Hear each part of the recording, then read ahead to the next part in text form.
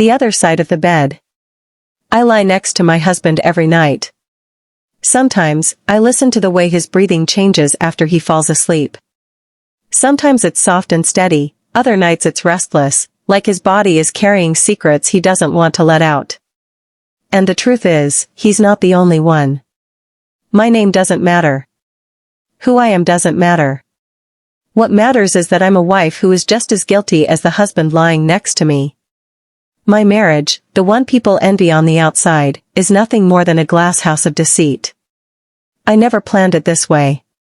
I didn't wake up one morning and say, I think I'll betray my vows today. No. It started slowly, the way most forbidden things do. A glance. A conversation. A touch that lingered too long. And before I knew it, I had secrets of my own. The spark that was missing. When I married him, I loved him. I still do in some twisted way. But love isn't enough when passion dies. He changed after a few years. Work consumed him, his attention shifted, and even when we were together, he wasn't with me. Our dinners were filled with silence. Our sex life became an afterthought. I felt like a roommate, not a wife. And then came Daniel. No, Daniel isn't his real name. But for the sake of this confession, let's call him that. Daniel was a colleague. Confident. Charming. He looked at me like I still mattered. Like I was still desirable. The first time he touched my arm in the office hallway, I felt something I hadn't felt in years, electricity. That spark led me down a road I should have never walked. San Diego. You've already heard about my business trip to San Diego. At least from his side. But here's the truth, I did go for work. The meetings were real. The presentations were real. But so was Daniel. He was already there when I arrived. We stayed at the same hotel, by coincidence or maybe fate. I don't know anymore. The first night, we shared a drink at the bar. The second night, we shared a bed. And God help me, I didn't feel guilty. I felt alive. Daniel touched me in ways my husband hadn't in years. He kissed me like he was starving, and I gave in like I'd been starving too. The guilt only came later, on the flight home, when I texted him. Last weekend was amazing. When can we do it again? That was the message my husband saw. He doesn't know the full story. But now you do. Midway reminder. Pause for a second. If you're listening to this confession, hit like, subscribe, and share. Stories like mine, stories people are too afraid to admit out loud, only live if you help spread them. Now, let me tell you how deep this went. Pretending. When I got back from San Diego, I slipped right into the role of the perfect wife. I kissed my husband hello, unpacked my bags, cooked dinner, and laughed at his lame jokes. But inside, I was replaying every moment with Daniel. The way his hand gripped my thigh under the table at dinner. The way he whispered my name against my neck. The way I felt seen, truly seen, for the first time in years. I told myself it was just a fling. That it would fade. But Daniel didn't fade. He kept texting. He wanted more. And the more I tried to resist, the more I found myself giving in. The dinner party. That dinner party my husband told you about? Yes, it was my idea. I needed to prove to myself that I was still in control. That I could play the role, smile at the neighbors, pour the wine, and look like the devoted wife everyone thought I was. And I pulled it off.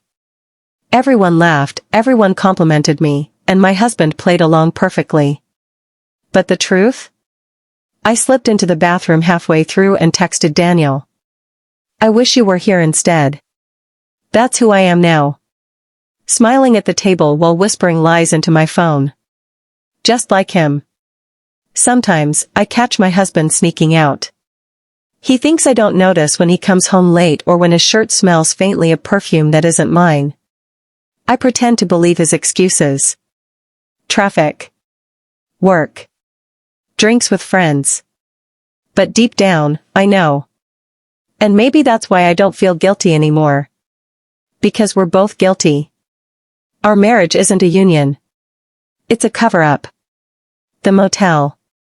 You know that night he stayed at a motel? He thought I didn't notice.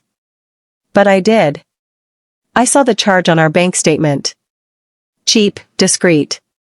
Classic. He was probably with her. Nicole, or whoever she is.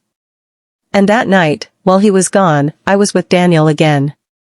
2 people, 2 separate beds, 2 separate lies. Both pretending. And both of us too cowardly to end it. Where it leaves us.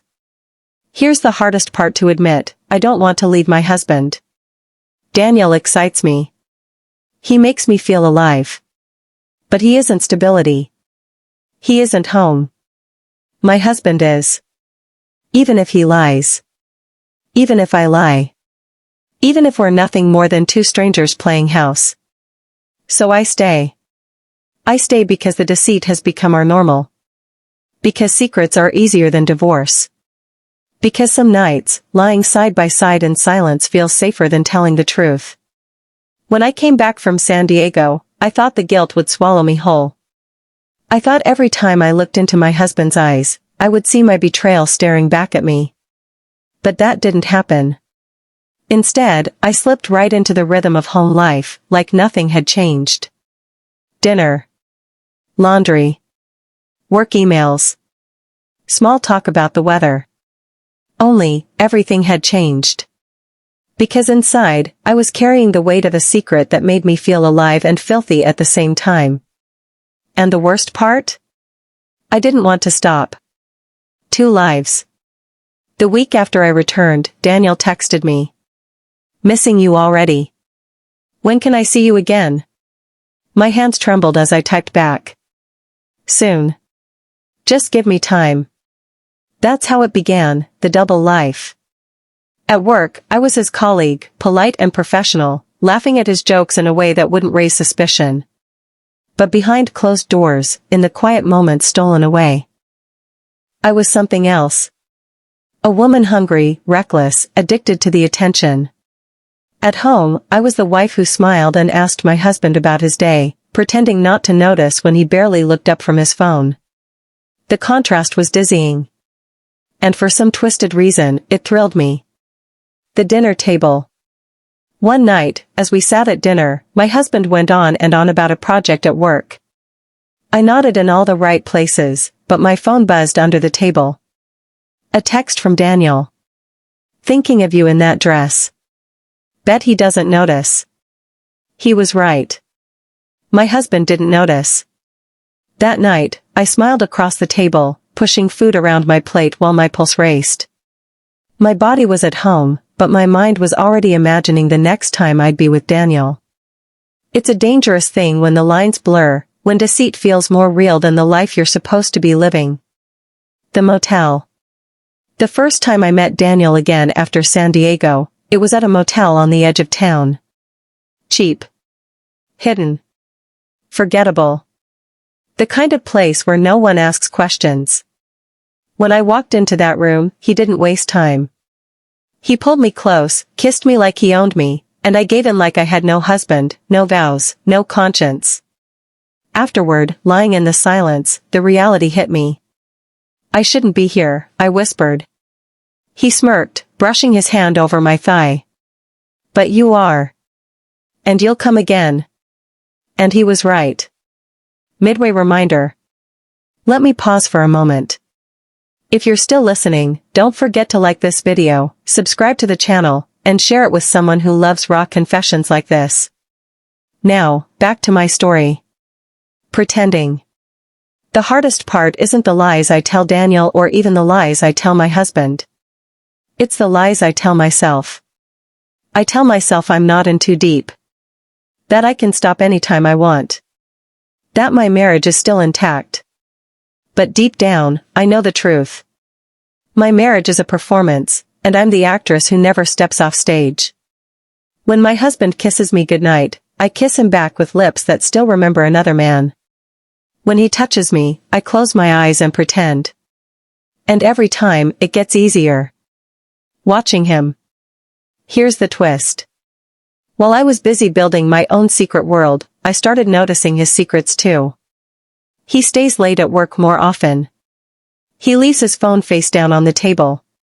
Sometimes he comes home smelling faintly of something that isn't me, perfume, maybe. At first, I thought it was paranoia. But then I remembered, in Deceit, suspicion is usually right. That's when it hit me, we're both playing the same game. Two cheaters under one roof, each convinced the other is blind. And maybe that's why I don't feel guilty anymore. The party. A few weeks later, we hosted that dinner party. The one he told you about. Everyone laughed, drank, and admired the perfect couple we pretended to be. But the truth? I excused myself halfway through, locked the bathroom door, and texted Daniel. Wish you were here. Can't stop thinking about last time. I stared at the screen, my pulse racing, before slipping the phone back into my pocket. Then I walked out, smiled at my guests, and topped off their glasses like nothing had happened. That's what deceit looks like, pouring wine with steady hands while your heart beats for someone who isn't your husband. Nights alone. Some nights, I lie awake, staring at the ceiling, wondering how long this can last.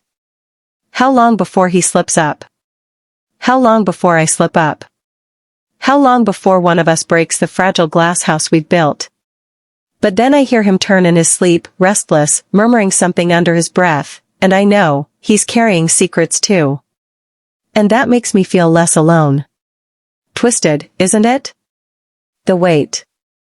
The thing about secrets is they get heavier the longer you carry them. But strangely, I've learned how to balance the weight. I smile. I cook. I fold laundry. I go to work. And beneath it all, I hold the secret tight, like a stone in my pocket. Always there. Always heavy. But instead of sinking me, it gives me strength. Because it reminds me that I'm not just a wife, not just a background character in his story. I'm a woman who chose, who acted, who claimed something for herself, even if it was wrong. That's my truth. That's my deceit. And as long as he doesn't know, it's mine to keep. It's funny how fast secrets become normal. At first, I was careful. Nervous. Always checking over my shoulder, always deleting messages, always making sure no trace of Daniel lingered in my phone. But after a while, the fear faded. The thrill took over. I started taking bigger risks. Answering his texts in the kitchen while my husband sat in the living room. Sneaking out during errands to meet Daniel for an hour in the middle of the afternoon. Every time I crossed a line, I told myself it would be the last. And every time, I crossed another. The afternoon escape. One Thursday, I told my husband I had a dentist appointment. Instead, I drove across town to a small Airbnb Daniel had rented for the day. It was nicer than the usual motel, modern, quiet, with sunlight spilling across white sheets. When I walked in, Daniel kissed me before I could even drop my purse. His hands were rough, urgent, like he'd been waiting all week just to have me again. God, I've missed you, he whispered. And just like that, I forgot about everything else. Hours slipped away. The sunlight faded. By the time I drove home, my hair was messy, my body sore, and my heart racing with the rush of what I'd done. And yet, when I pulled into the driveway, I smoothed my hair, fixed my lipstick, and walked in with a smile like I'd just come from the dentist's chair. He didn't suspect a thing. At least, I thought he didn't. His phone. That night, while he showered, I noticed his phone on the nightstand. Normally, I don't snoop. But something about the way he'd been acting, smiling at text. Slipping out late, avoiding my eyes, pushed me to it. My heart pounded as I unlocked his screen. I knew his passcode. Of course I did. And there it was. Messages. From a woman. Last night was perfect. Can't wait to see you again. I'll bring the wine next time. I froze. The same kind of texts I sent Daniel. For a second, I wanted to throw the phone at the wall, to scream, to confront him. But then I realized I had no right. I was doing the same thing. So I put the phone back exactly where it was, climbed into bed, and pretended to sleep when he came out of the shower. That was the night I stopped feeling guilty. Midway reminder. Pause right here. If you're still listening, hit like, subscribe, and share. Stories like this, real confessions from people who hide behind closed doors, are only possible when you support the channel. Now, let's get back to it. Playing along. The next few weeks were a strange dance. He thought I didn't know. I thought he didn't know. We kissed in front of friends. We held hands at the grocery store. We smiled at family gatherings. But behind those smiles, we were two liars, each hiding our own lover. Sometimes, when he came home late, I almost asked him who she was. But the words never left my mouth. Because I knew if I asked, he might ask me the same question. And neither of us wanted the truth. Daniel's pressure. Daniel started wanting more. Leave him, he said one night, his voice rough against my skin. Be with me. We don't need to hide forever.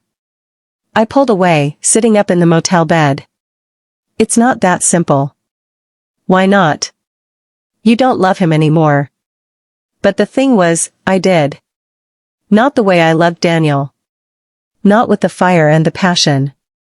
But with the history. The comfort. The years built into our life together. I can't, I whispered. Daniel frowned, but he didn't push further. He didn't need to.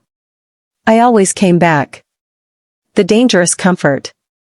That's the problem with deceit, it gets comfortable. At first, you're terrified of being caught. Then, when you aren't, you start believing you never will be. I got too comfortable. Too bold. Leaving my phone on the counter with Daniel's name still in my messages. Coming home with my lipstick smudged and claiming it was from rushing. Smiling too much when a text buzzed during dinner. If he noticed, he didn't say a word. Maybe because he was doing the exact same thing. We had become partners in deception. Silent, complicit, each pretending to play the faithful spouse while secretly living another life. Nights together, miles apart. Some nights, I would lie in bed next to him, our backs facing each other, both of us scrolling on our phones. I'd be texting Daniel. He'd be texting her. Neither of us knew. Neither of us cared. And in some twisted way, that was the glue holding our marriage together, not honesty, not love, but deceit. The thing about secrets is that after a while, they demand more space. It wasn't enough to steal an hour here and there with Daniel anymore. He wanted whole nights. He wanted weekends. He wanted me all to himself. And maybe, in some dangerous part of me, I wanted that too. But marriage is a cage and a comfort all at once. I couldn't just walk away from the life I'd built with my husband. The house. The neighbors. The Sunday morning routines. The illusion of stability. So instead of breaking free, I started pushing the limits. The hotel in the city. It happened on a Friday. I told my husband I was meeting friends for a girls' night. He kissed me on the cheek, told me to have fun, and went back to scrolling on his phone. I drove downtown, heart pounding, and checked into a hotel where Daniel was already waiting. The room was high up, with floor-to-ceiling windows overlooking the city lights. It felt glamorous, dangerous, like stepping into a movie I didn't belong in. Daniel pulled me close the second I walked in. Finally, he whispered. I hate sharing you. And for hours, I let myself believe I was his. When dawn came, I slipped back into my car, makeup smudged, hair messy, and drove home before sunrise. My husband was still asleep when I slid into bed beside him. He didn't stir. And for the first time, I wondered if he even cared. His distance. Over the next week, I studied him.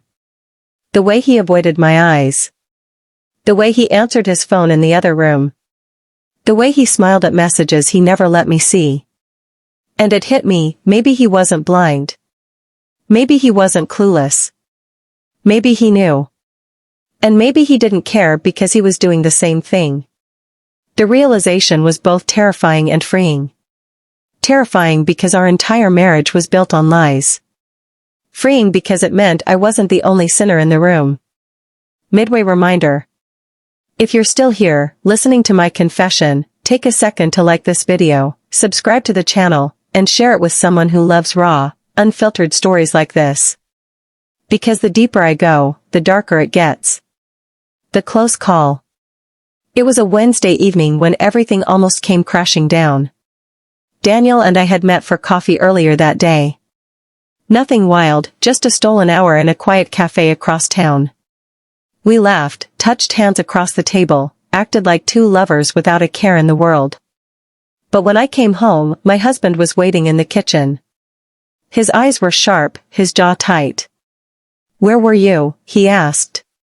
My heart skipped. I forced a smile. "Traffic. You know how it is." He stared at me for a long moment, like he was weighing whether to believe me. Then he nodded slowly. "Yeah. Traffic." But his tone told me he didn't buy it. That night, lying in bed beside him, my body stiff with fear, I realized how thin the line was. One wrong move, one slip, and the whole charade would collapse. Daniel's demand. The next time we met, I told Daniel what happened. "He's starting to notice," I whispered. Daniel shrugged, pulling me close. "Then leave him." "I can't." "You can. You're just scared." He was right. I was scared, of the fallout, of the judgment, of losing the life I'd built even if it was a lie. So I shook my head. "No. I'm not leaving." His eyes darkened, but he didn't argue. He knew I'd come back anyway. The performance. The following weekend, my husband and I went to a neighborhood barbecue. We held hands, smiled for pictures, laughed with friends. To everyone else, we were the picture of a happy couple. But standing there, pretending to be his devoted wife, I caught him sneaking glances at his phone. I knew that look, the same one I wore when Daniel's messages lit up my screen. It was almost comical. Two liars, side by side, fooling everyone except each other. And yet, no one spoke the truth. Nights in silence. Lately, our nights are quieter. We lie in bed, backs turned, each lost in our own secret world. Sometimes, I wonder if he's thinking about her while I'm thinking about Daniel. Sometimes, I'm sure of it. But neither of us speaks. Neither of us admits. Because admitting would mean the end. And maybe we'd both rather live with deceit than face the wreckage of truth. Sometimes, when I wake up in the middle of the night, I stare at the ceiling and wonder who I've become. A liar. A cheater. A wife who wears a mask so well, no one suspects the truth beneath it. And yet, I'm also the woman who cooks dinner every night. Who remembers birthdays? Who hosts Thanksgiving? Who smiles in family pictures? I'm both. And maybe that's the part that eats at me the most. Because the world thinks you can only be one or the other, faithful wife or faithless woman. But the truth is, I'm both. Two roads, one choice. I've thought about leaving. God knows I've thought about it. Packing a bag, telling him everything, running off with Daniel to start fresh. But fresh isn't real. Daniel is passion, yes. He's fire, excitement, danger. But he isn't stability. He isn't the roof over my head, the steady paycheck, the man who stood by me through years of routine. My husband is all those things. Even if he's a liar too. Even if his phone buzzes with messages he thinks I don't see. So I stay. Not because I'm trapped. But because I've chosen to live in the middle, between truth and lie, between loyalty and betrayal. The mirror.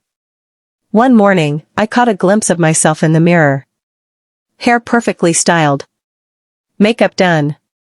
Dressed in neat clothes that made me look like the respectable wife everyone believed I was. But when I looked closer, I saw it. The guilt in my eyes. The hunger. the emptiness my husband would never fill. And I realized, this is who I am now. A woman built on layers of deceit. Maybe he sees it too. Maybe that's why he doesn't look too closely anymore. Because if he did, he'd see the truth. And if I looked too closely at him, I'd see his truth too. Final call to action. Before I finish this story, I want to remind you, like this video, subscribe to the channel, and share it with someone who isn't afraid of the darker side of love and marriage. Because what I'm about to admit isn't pretty. But it's real. The final confession. Here's the truth, I don't want to fix my marriage. I don't want counseling. I don't want a dramatic confrontation. I don't want the slate wiped clean. Because the deceit, the lies, the secrecy, the double life, it keeps me alive. Without it, I'd just be a wife who feels invisible. A woman fading into the background of her husband's busy world. But with it, I'm more. I'm desired. I'm dangerous. I'm alive. So yes, my marriage is full of deceit. His side. My side. Both of us drowning in lies. But it works. In a twisted, broken way, it works. And unless one of us slips, and maybe someday we'll keep living this way. Smiling in public. Lying in private. Pretending we're perfect. Because sometimes, deceit is the only thing holding the marriage together. Closing. I am a wife. I am a liar. I am anonymous. And this is my truth.